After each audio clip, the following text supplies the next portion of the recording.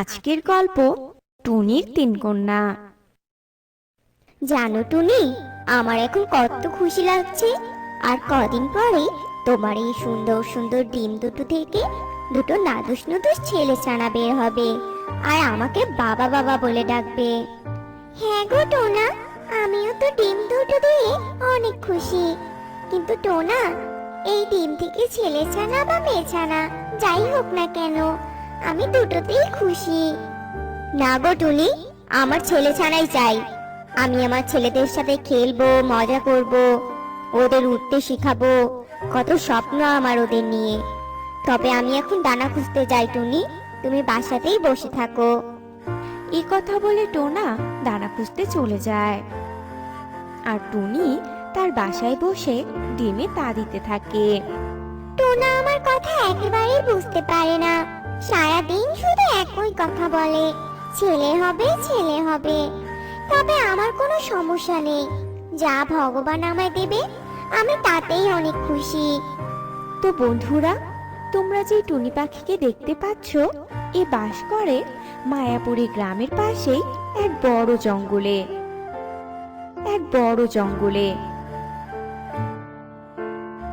টুনি পাখি দুটি ডিম দিয়েছে, কিন্তু টোনার আশা যে তার ছেলেই হবে। আর ছেলের জন্য টোনা সব সময় টুনির যত্ন করত। টুনি বোন, শুনলাম আর কদিন পরেই নাকি তোমার ডিম ফুটে দুটো সুন্দর সুন্দর ছেলে ছানা বের হবে। টোনা তো এই কথা বনের সব পাখিদের বলে বেরিয়েছে। হ্যাঁ গো, আমার ডিম থেকে আর কদিন বাদে ছানা হবে। তবে আমি টোনাকে নিয়ে অনেক চিন্তায় আছি। টোনা তো ছেলে ছেলে করে আমার মাথা খাচ্ছে। কি যে করব ভেবেই পাচ্ছি না। ওসব নিয়ে একদম ভেবো না টুনি, তবে সাবধানে থেকো কেমন। আমরা তবে টুনি আসি। এ কথা বলে মিষ্টি টিয়ে আর সুখী পায়রা সেখান থেকে চলে যায়। আর এভাবেই কয়েকদিন কাটার পর টুনি ডিম ফুটে সুন্দর সুন্দর দুটি মেয়ে ছানা বের হয়। যা দেখে টুনি অনেক খুশি থাকলেও টোনা মেয়ে ছানা দেখে অনেক রেগে যায়। এ কি টুনি, আমি কত আশা করেছিলাম যে ছেলে ছানা হবে, আর এখন তো দেখছি দুটোই মেয়ে ছানা হয়েছে। মেয়ে ছানা আমার মোটেও পছন্দ না। ছেলে হলে আমার সংসারের হালটা ধরতো, কিন্তু এরা তো মেয়ে, এদের দিয়ে আমি কি করব বলো তো? টোনা, তুমি কি বলছো এসব বলো তো? তুমি নিজের বাবা হয়ে এমন কথা বলতে পারছো? যাও, এখন আর কথা না বাড়িয়ে দানা খুঁজে আনো তো, আমার যে অনেক খিদে পেয়েছে। যাচ্ছি টুনি। তবে টুনি, তোমার এই মেয়ে ছানারা বড় হয়ে আমাকে যেন বাবা বলে না ডাকে, নইলে কিন্তু আমি ওদের অনেক মারবো বলে দিলাম। এইসব কথা বলে টোনা রেগে দানা খুঁজতে চলে যায়। টোনার কথা শুনে টুনির অনেক মন খারাপ হয়, কিন্তু কোনো উপায় নেই বলে টুনি চুপ করে বসে ছানাদের আগলে রাখতো। এভাবেই কয়েকদিন কেটে যায়। টুনির ছানারা এখন কথা বলতে শিখে গেছে। বাবা বাবা, আমাদের না বাইরে যেতে খুব ইচ্ছে করে। তুমি আমাদের দু বোনকে একটু বাইরে ঘুরতে নিয়ে যাবে বাবা? কি, তুই আমাকে বাবা বললি? আচ্ছা টুনি, তোকে না সেদিন বললাম, সেটা তোর কি মাথায় নেই নাকি? এই বাচ্চা আমাকে বাবা বলে ডাকছে কেন? প্রথমবার দেখে তোর ছানাকে আমি কিছু বললাম না, বুঝেছিস? কিন্তু এর পরের বার যদি আমাকে বাবা বলে ডাকে, আমি কিন্তু বাসা থেকে বের করে দিব। এই কথা বলে টোনা বাসা থেকে বাইরে চলে যায়।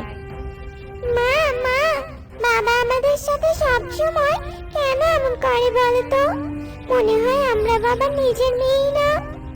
এমন কিছুই না রে মা, তোরা বাবার কথা কিছু মনে করিস না কেমন? আর শোন মা, আজ থেকে তোরা তোদের বাবার সাথে কোনো কথা বলবি না। তোরা দুজনেই মেয়ে ছানা হয়েছিস বলে তোদের বাবার অনেক মন খারাপ, বুঝলি?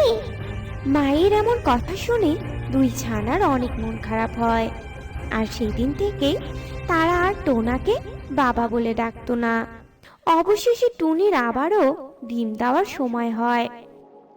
আর বিকেলে টুনি বাসায় একটা ডিমও দেয়। মা, এবার আমাদের এইটা ভাই হবে তাই না মা? তখন বাবা অনেক খুশি হবে। হ্যাঁ রে মা, আমারও মনে হয় এই ডিম থেকে একটা ছেলে ছানা বের হবে। অবশেষে তোদের বাবার স্বপ্নটা সত্যি হবে সোনা। টুনি আর ছানারা যখন এসব কথা বলছিল তখনই সেখানে টোনা চলে আসে। সে কি গো, তুমি আবারও দেখছি ডিম দিয়েছো। জানো আমার যে কি খুশি লাগছে এই ডিমটা দেখে। এবার এই ডিম ফুটে আমার একটা ছেলে ছানা বের হবে। আর এবার আমার ছেলে হলে আমি বনের সব পাখিদের নিমন্ত্রণ করে খাওয়াবো। টোনার এমন হাসি মুখ দেখে টুনিও অনেক খুশি হয় আর মনের আনন্দে সেই ডিমে তা দিতে থাকে। এভাবেই কয়েকদিন কেটে যায়। অবশেষে টুনির এই ডিমটা থেকেও একটা মেয়ে ছানা বের হয়। টুনি, আমি ভেবেছিলাম তোমার এই ডিম ফুটে ছেলে ছানা হবে, কিন্তু আবারও তুই কিনা মেয়ের জন্ম দিলি। আমি তোর এই তিন মেয়ের মুখ কিছুতেই দেখতে চাই না। তাই বলছি তুই এক্ষুনি এই শয়তান তিন ছানাকে নিয়ে আমার বাড়ি থেকে বের হয়ে যা। না টোনা, তুমি আমাকে বাসা থেকে বাড়িয়ে দিও না। আমি এখন এই তিন ছানাকে নিয়ে কোথায় যাব বলো তো? এভাবে টুনি অনেক কাকুতি মিনতি করলেও টোনা তার কোনো কথাই শোনে না। তখন টুনি তার তিন কন্যাকে নিয়ে বাসা থেকে বেরিয়ে যায়।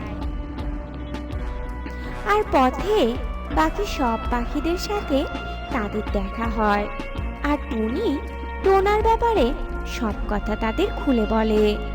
জানি না বাপু, টোনার এত কিসের রাগ?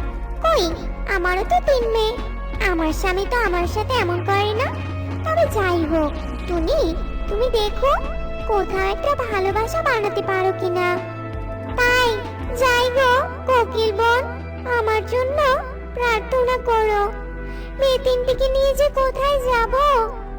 এরপর টুনি তার তিন কন্যাকে নিয়ে সেখান থেকে চলে যায় আর একটা বড় গাছে বাসা বানায় আর সেখানেই থাকতে শুরু করে। এভাবে বেশ কয়েক মাস কেটে যায়। এদিকে একদিন টোনা দানা খুঁজতে যাচ্ছিল। হঠাৎই তার মাথায় একটা গাছের ডাল ভেঙে পড়ে আর টোনা ভীষণ আঘাত পেয়ে মাটিতে পড়ে যায় আর সাহায্যের জন্য অনেক কাটাতে থাকে। এদিকে টুনির দুই ছানা টুনিকে বলে, মা মা, তুমি তো রোজ দানা খুঁজতে যাও, আজকে না হয় আমি আর বোন দানা আনতে যাই। ও মা, যাই?